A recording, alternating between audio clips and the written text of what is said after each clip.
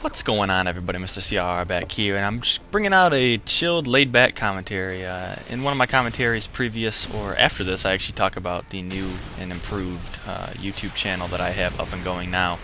And what I've been trying to do basically is add playlists and add things along those lines, and it's been working out pretty good for me. I've actually enjoyed myself and everything that I'm doing, and it's working out good. I have new playlists set up. I have 7, 8 playlists set up with my Let's Plays I've done. I actually have to add one more with the Tiger Woods demo Let's Play.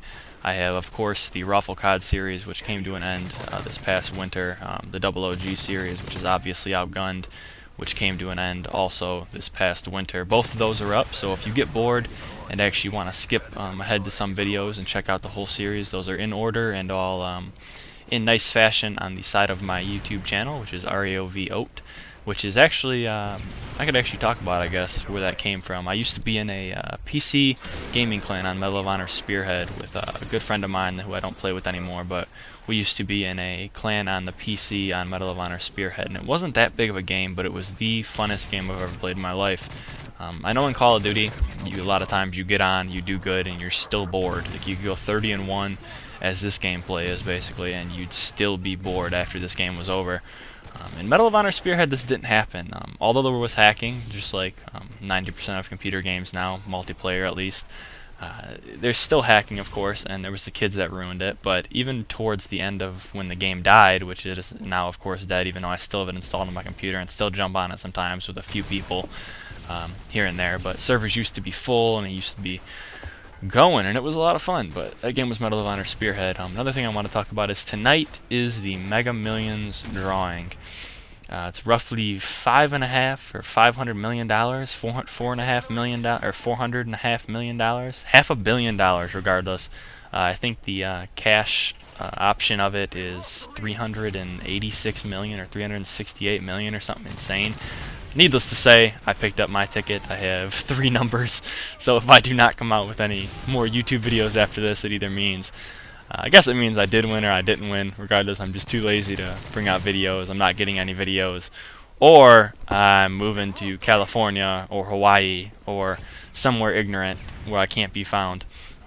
It's also thunderstorming extremely bad here. I gotta go to work in a little bit. I'm making lunch and then heading out, basically. Been doing homework all day as usual, and that's why I can't usually bring out a lot of commentaries. But I did want to talk about the actual lottery in itself in this, and how insane it would be to buy tickets, or how insane it would be to win.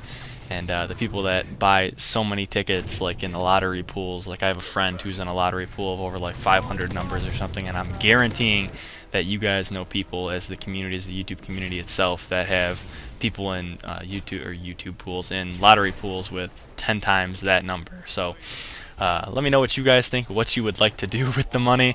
I know the first thing I would do, I would actually finish college. I got asked this question earlier today about the winning the lottery. If you did win it, would you finish your college degree and then move on? And actually, yes, I would. And that's not for the fact that I would go bankrupt or I would lose all the money or whatever it would be, but I would like to finish college. I'd have nothing to worry about at that point, I guess.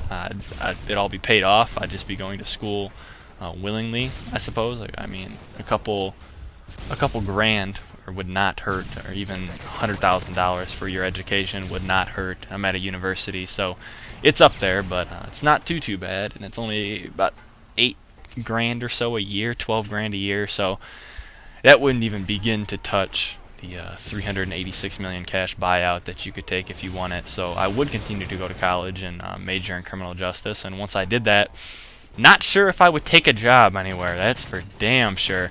I'd probably be chilling for a little bit. They were talking about on the radio too, one of the best times to accept it, to where if you guys have watched the Lottery Changed My Life show, or whatever it's called, where they show the good and the bad of the people who won the lottery, and somehow it changes their life for the good, and some people it changes their life for the bad. And they were talking about on the radio, on a station I listened to, a sports radio station, about the best and the worst times to accept the lottery. And one of the ones I thought of, the best time to actually accept your amount of money, would be on the frickin' day of the presidential election. No matter what, you're going to be secondary news, or you'll be second in the newspapers, or whatever it is. You're going to be second for a while, at least in the news.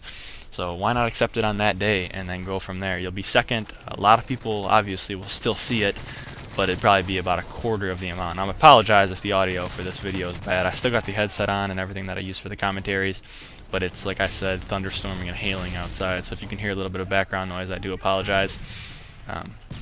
What would be my first thing I would buy with the lottery, which is another question I got. Geez, I've always dreamed of having a Lamborghini. Of course, a lot of guys, their first thing would probably be a car or some sort of vehicle or piece of machinery or whatever it be. If you're a farmer, who knows, that you might want the biggest and the baddest tractor. If you're a construction worker or a gold digger, not in that way. If you're legitimately a gold digger in Alaska, as Gold Rush and all those shows have shown us, Bering Sea, Alaska, you may want the whole, the newest piece of machinery, like I said, the newest backhoe or whatever, which goes right along with the gold digger type of words, I suppose. But I've always dreamt, I guess, since I've been little, of owning a Lamborghini, either a Lamborghini Murcielago or a Lamborghini Diablo, either one. By the time I actually got to, there is actually a dealership relatively close to me, a couple miles away, that does hold the Lamborghinis, Bentleys, there's Ferraris, of course the Porsches, which a lot of areas have, but there is one relatively close to me. I don't know if I would buy it there or not, just due to the fact that it's so close to home, and this area of where we live, I'm in Michigan, and it's not really the best, I guess, area, but I mean, if depending on how it goes, who knows, with that much money in your pocket, how it would actually go.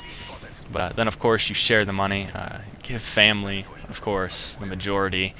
And I really don't think, as bad as it sounds, I would give friends any. I mean, I'd definitely help friends out if they're in need, but to the point where they start asking every so many weeks or even every so many months, no, I definitely wouldn't do it. But for family goes, pay off the houses, of course. I guess that goes for everybody, or should go for everybody. And family's always first in line. So what would you guys do? Thank you for watching this commentary. It's a 30-1, almost flawless, going into the playlist that I talked about in one of my past commentaries with the game-winning kill cam, which is GW game-winning kill cam KC. So GWKC. Hope you guys enjoyed with my stalker game winner here, and I hope you guys enjoy the new layout, the new quicker intro. And what would you guys do if you won the lottery? Peace.